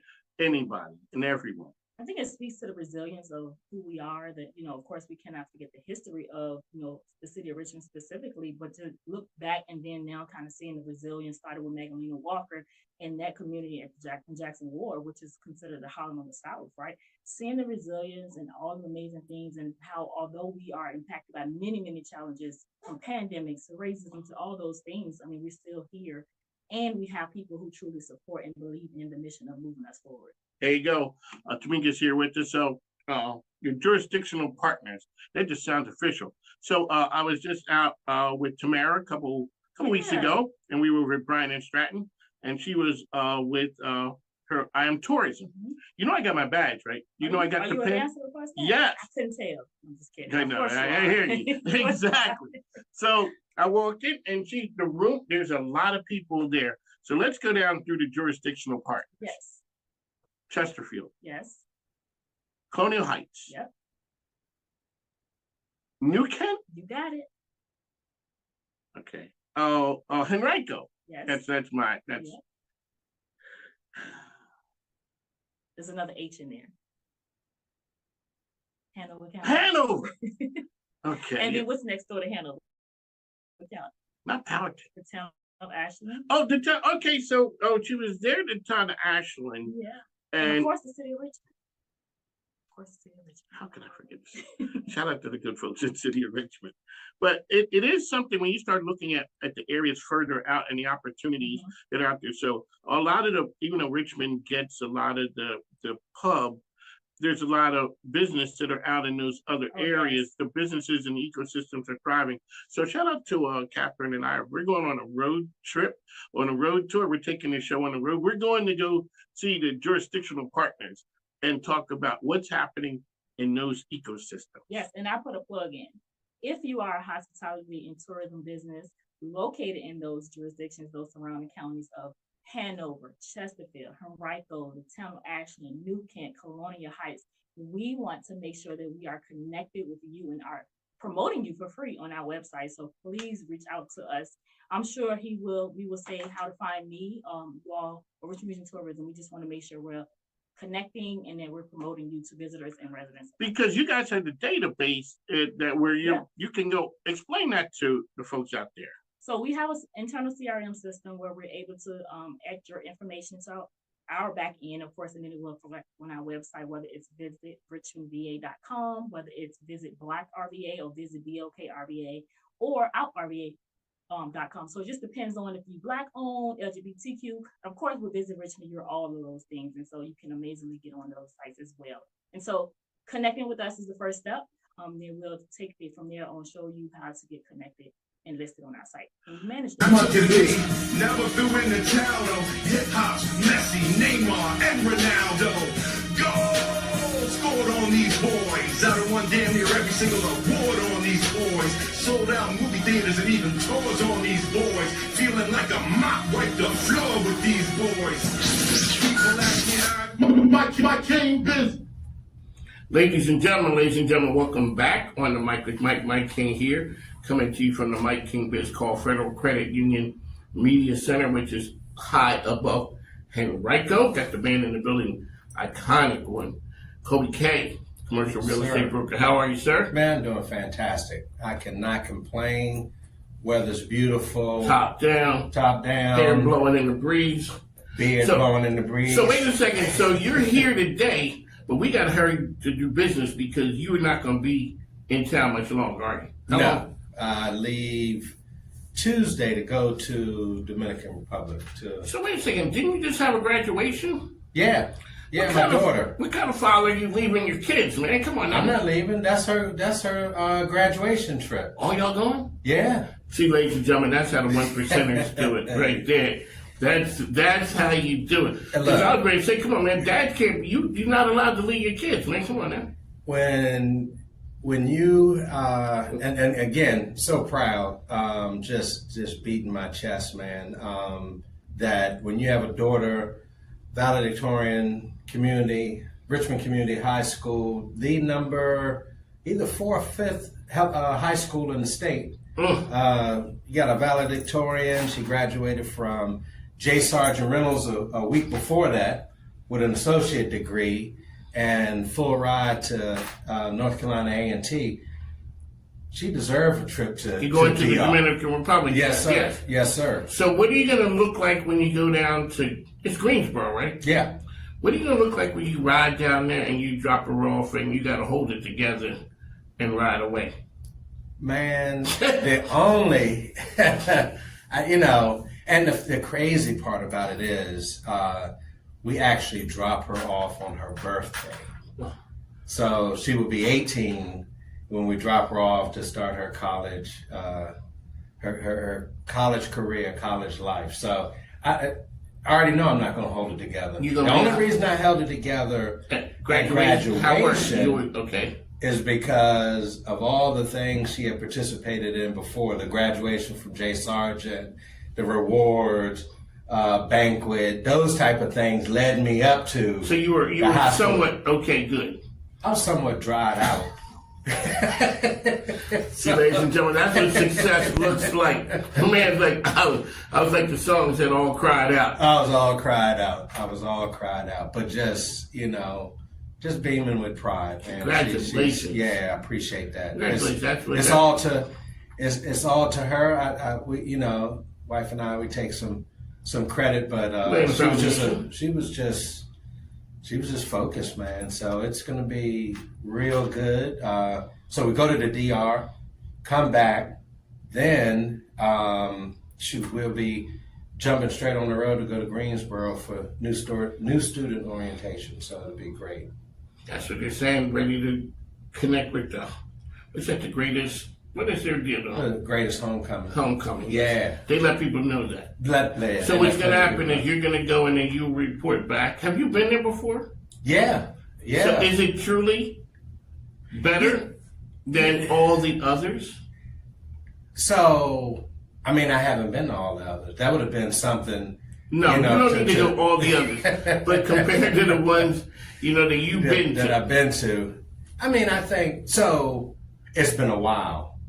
So maybe they just started making, I don't know how long that claim has been. I think the last homecoming I went there was, starting to date myself, it might have been like 93. Okay, ladies and gentlemen, he had to step out of the way. Dinosaurs are walking the earth right then. Yeah. 93. Did they even have music back in those days? Oh, absolutely. I'm not sure. Yeah. I actually went to the last Aggie Fest. That was in 90. There you go, ladies and gentlemen. That man is ancient. Yeah. Yes, he is. Mike King, Colby K, Icon Commercial Real Estate is in the house. Sir, what's happening in the real estate market? Oh, man, everything. It's just, I think I don't know if everything is finally defrosted, but we're seeing a lot of activity, a lot of, entrepreneurs out there that are looking for space.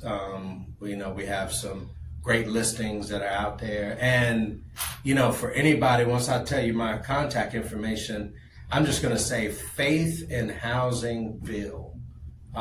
It is something that's very powerful that churches and nonprofits, please reach out to me if you're looking to make your assets perform. Okay, give us a little bit about a little bit more. A little bit, just a smidgen. Now, I'm from Philly, so you might not know how much a smidgen is. I do know a smidgen. Okay, well, I think that came from South. So okay, you guys are claiming. Yeah. Okay, at least this way somewhere. Just a great bill that Governor Spanberger has passed that allows churches and nonprofits to develop their land and see their land perform, see their assets perform. And that's a big thing. But you need that trusted partner, Icon Commercial, to make sure that you are being represented, that you are all the boxes are checked or all the T's crossed and the I's dotted. So you need that trusted partner to be able to go out and help you have those assets perform.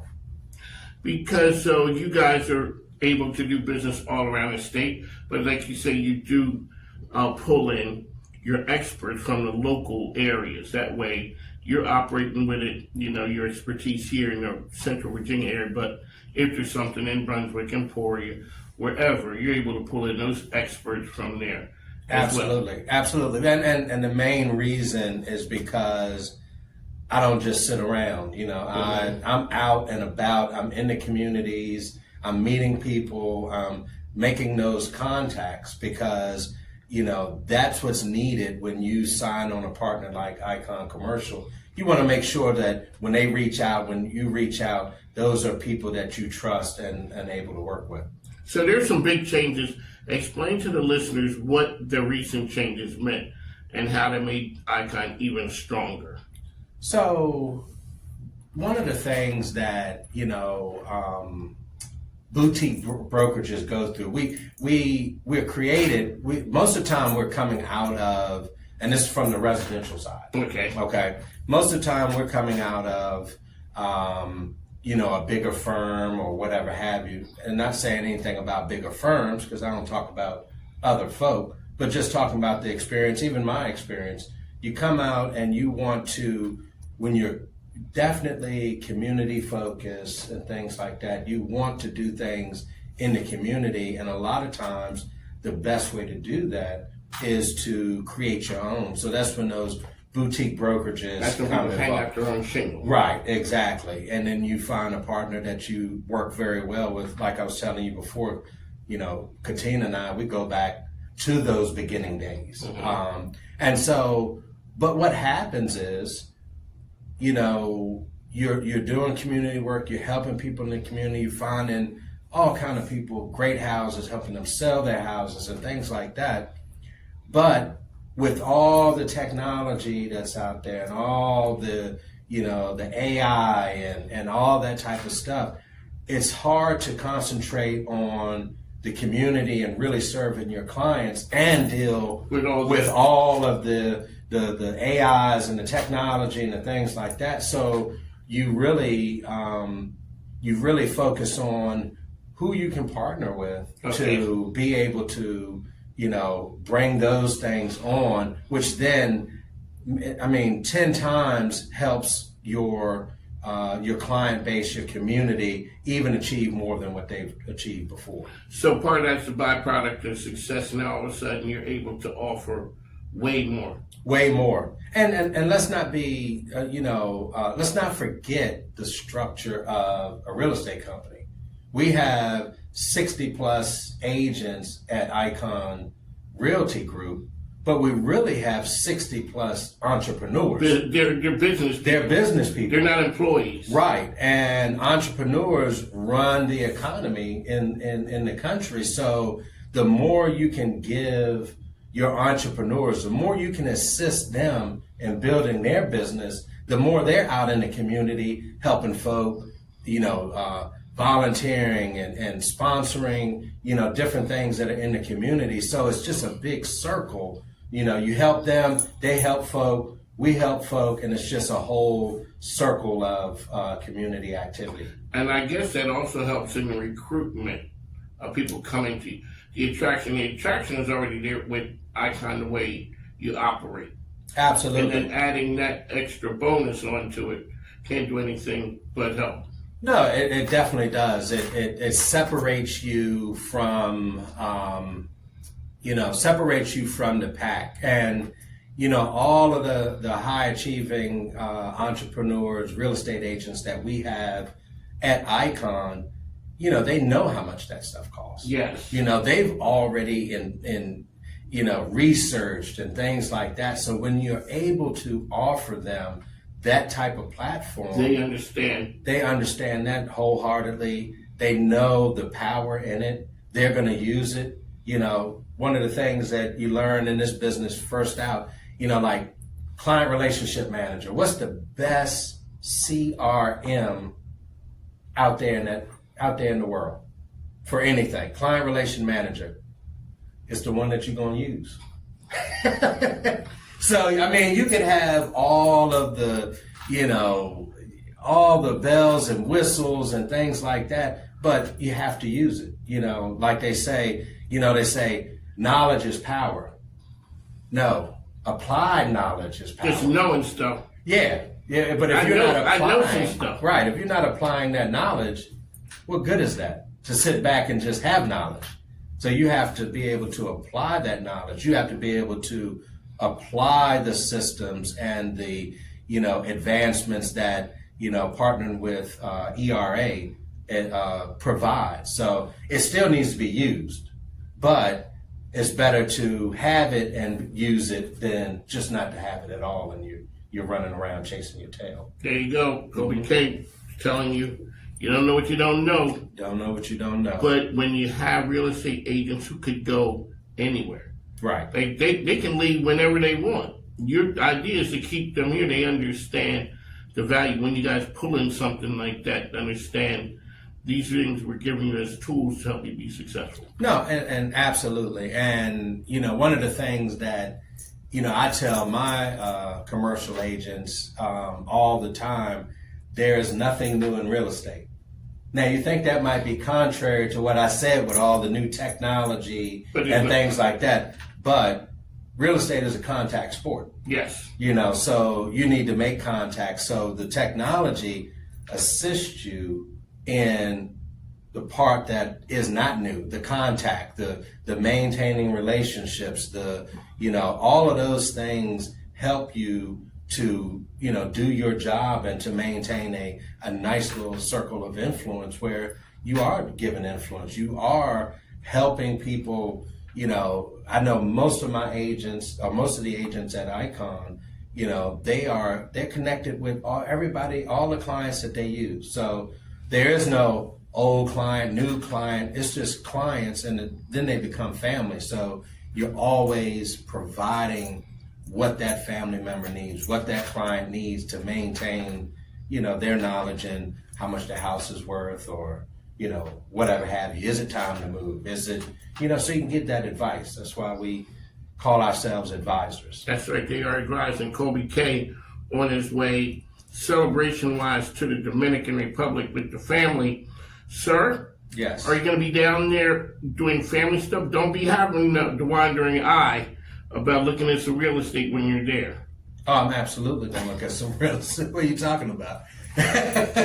And to not look at real estate wherever I go would be to close my eyes and be led around. I don't see nothing. No. So that's not going to happen. You are going to see. I'm going to see what's there. So when you go somewhere, you don't speak the language, but you don't need to speak the language because you can see what you see. What is something that would jump out at you wherever you go? Because you travel the world and you guys look at things. What's something that jumps out at you? So, and that's a great question. So, I've always wondered, like, I was in Jamaica, I can't even remember now, but in Jamaica, and I've been to Jamaica, several times, but when you're driving to the resort or wherever you're going, you see these buildings that are being built, right? Or homes that are being built, but they all look vacant and incomplete. And I always wondered, what is that about? So, you know me, I'm going to ask, the drivers, driving us to the resort. And we had a conversation about real estate. And I said, well, I see every time I come down, I see these buildings that seem incomplete and, not finished and things. And he said, well, what they do, what the homeowners that are building these homes, they work, they get the money, they come back, complete enough to what their money is affording them then. And then, so it's a step-by-step process. So when they're done, they don't have, if they have a mortgage, it is very little. So they're going out working, applying that money, and it just does, they do it in stages. So it's very interesting. Totally different here. But you need to, anywhere you go, you need to have conversations to find out what people are doing. Are they doing things different than you are? Because everything, I don't care if it's something bad or something good, you're learning. So, I definitely want to know, okay, now how does that apply here? And then you take those things and you see how they apply. And does all of it apply? No, because if you had a half-built house here, the inspectors and all that'll be on you. I thought when you were going to say the houses were half built, I thought the people ran out of money. And in fact, they did to that stage. But see, I wasn't looking at it to that stage. Right. I thought they just told me the project ran out of money. Right. They weren't building it as they went along. When their money said build the next part. Right. They built the next part. I thought that the project ran out of money and maybe they walked away. And that's a very interesting thing that you just said, because what tells your mind that thought and what tells your mind another thought? It's what you presume that is what it is. But that's not, I'm not gonna, think about what it is. I'm gonna ask, because actually it's something totally different. It looks like a negative thing when it's really a positive thing. It does look like a positive thing, man. So I'm not gonna assume anything. House and they ran out of money, as opposed to they're building it the next step when the money says time to build. And when we complete that, we're gonna stack our chips again, and then we build the next thing. And again, that positive mindset and allowing the information to come in and not prejudge. I got prejudge and assume together, made up a word, but you don't. Good. You're right, but you don't do that. You analyze it, keep your thoughts to yourself, and then you say, all right, let me find out the truth. And that's how that's how Icon Commercial does deals all day. So we definitely analyze things, we bring out the facts, and then we ask some questions. And then we're better able to, then we are educated to find out what the client needs, how we can help that client achieve their goals and things like that. Ladies and gentlemen, that is Icon Commercial. That's Colby K right next to me. How can people find you out there, sir? Definitely. Reach out to me at 804-293-2621. Colby K. I like to use both my names. You got the whole government thing going. The whole thing. COLBYKAY. Well, they like you got a whole bunch of letters. That's what I'm saying. Yeah. At Icon Commercial.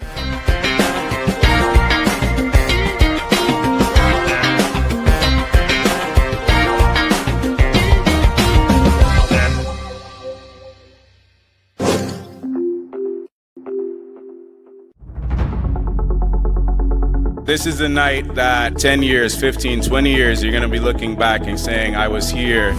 There's an inflection point happening in technology. We get to lead it, and we get to lead it right here in Richmond. We must prepare existing workers, students, and communities to be able to use AI so that no one is left behind. The real story isn't AI itself. The real story is what AI makes possible. AI is the new keyboard. It's the new mouse. It's not the answer, it's the instrument. And the more people we hand that instrument to, the more possibilities we turn into realities. People want to be together when you're making a difference. How can we make Richmond, make the region, and in part, all of Virginia, the most AI ready? A lot of people ask me, do we just want to be the Silicon Valley of the East Coast? The quote everybody keeps on having me re-ask is no. My mission is for Silicon Valley to be the Richmond of the West Coast.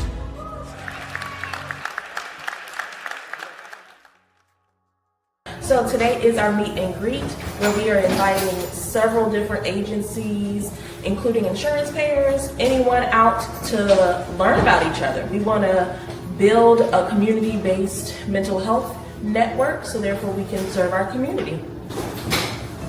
Yeah, so Align Integrated Care was built and opened in May of 2021. It began as a psychiatric telehealth practice, and in January of 2024, we expanded our practice and we began community services, starting with our substance abuse partial hospitalization program, and now we have also intensive outpatient, clinical, low residential, and substance abuse case management. At Align Integrated Care, we meet you where you are.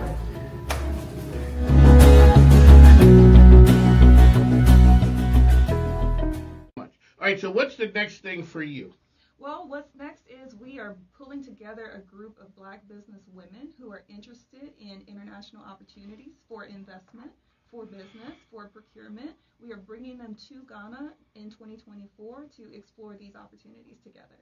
That's a group here in Richmond or around the country? It's going to be women from around the country. We're just opening up the books to accept reservations. So any Black woman who is interested in exploring these opportunities with a guide, someone who has worked on the continent for well over 10 years, this is a moment for you to get involved, to create a network of women across the country and build a network of women overseas. Man, now, do people really see how big? It's one thing to go somewhere. Like, you could go and figure this thing out on your own. Mm-hmm. I could go there. But, man, to know somebody who's been there, who understands how to negotiate and navigate that, that's big.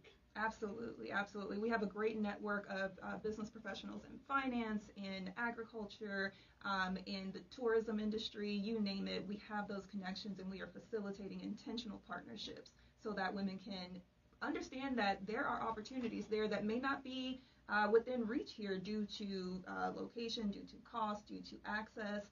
You now have it here in this continent. Okay. So, are there certain kind of businesses that this leads and lends to more than others? Definitely. I think this definitely speaks to our consultants, people who are looking to advise other businesses on the opportunities that exist. This is also really great for those who are interested in investing in land in the hospitality and tourism industry. This is also really good for nonprofit professionals who are looking to, instill in their businesses that cultural authenticity about who we are and where we come from and how that is important and relevant to the way we show up in America today. How can people find you once again? strategicdisruption.com. When you talk to, and in the past you talked to men and women, mm-hmm. What's the difference between men leaders and women? Okay, there you go. Shout out to my wife out there. This is, baby, this is helping me here. What's the difference that you see? I think the difference I see is that women are capable of wearing so many different hats. Yes. There's no excuse. We will get things done. And not only will it be done, it will be done with a level of excellence that cannot be matched. And so with that, we also see that they are very insecure. A lot of times they feel like maybe this isn't enough, maybe this isn't valued, because historically our nation has not valued some of that invisible labor. But they're capable of doing it. And so if we can disrupt that sense of fear and insecurity and just let them know that this is possible and it's within reach, it's unmatched what they can do. There's a lady, so I was at an event and the lady said, my husband is a fine gentleman. He is. But he don't wear very many hats. He got the one hat, he might be wearing a second one, possibly mm-hmm. not all the time. She said, women, multiple hats. Mm-hmm. And they're doing it every day. Every day. And so besides all the things you're doing as far as business, you're talking to family things as well. So that's what you see. We talked about the disruption piece. What is something that a business needs to be doing from your lens where you are right now today? They need to be doing that. If they aren't doing it already, they need to get cracking doing it. Yeah, I would say operationalizing equity within their organization. So it's really easy. We see a lot of work being done around DEI, and that is fantastic. We need to work on those interpersonal dynamics, how we are acknowledging history, how we are learning to appreciate each other's culture, and how that shows up in the workplace. But we also have to have systems and policies in place to make sure that it's not at the discretion of one individual who maybe gets it, but when anyone comes into this business, they know the rules and policies they need to follow to ensure that we are treating everyone with what they need to succeed in the workplace. On the mic, Mike King. Great part about this job is I do get to talk to the best and the brightest. Mike King isn't a businessman. He's a businessman with his own talk show. On the Mic with Mike is the best business radio program in the game. Alrighty, this is part of the MIKEKINGBIZ Media Network, ESPN Richmond 106.1, International Business Growth Radio. That's where she's talking about Saturdays, 10 a.m. Eastern, as well as CW Richmond TV. We talk to the best and the brightest. Man, you are what we're talking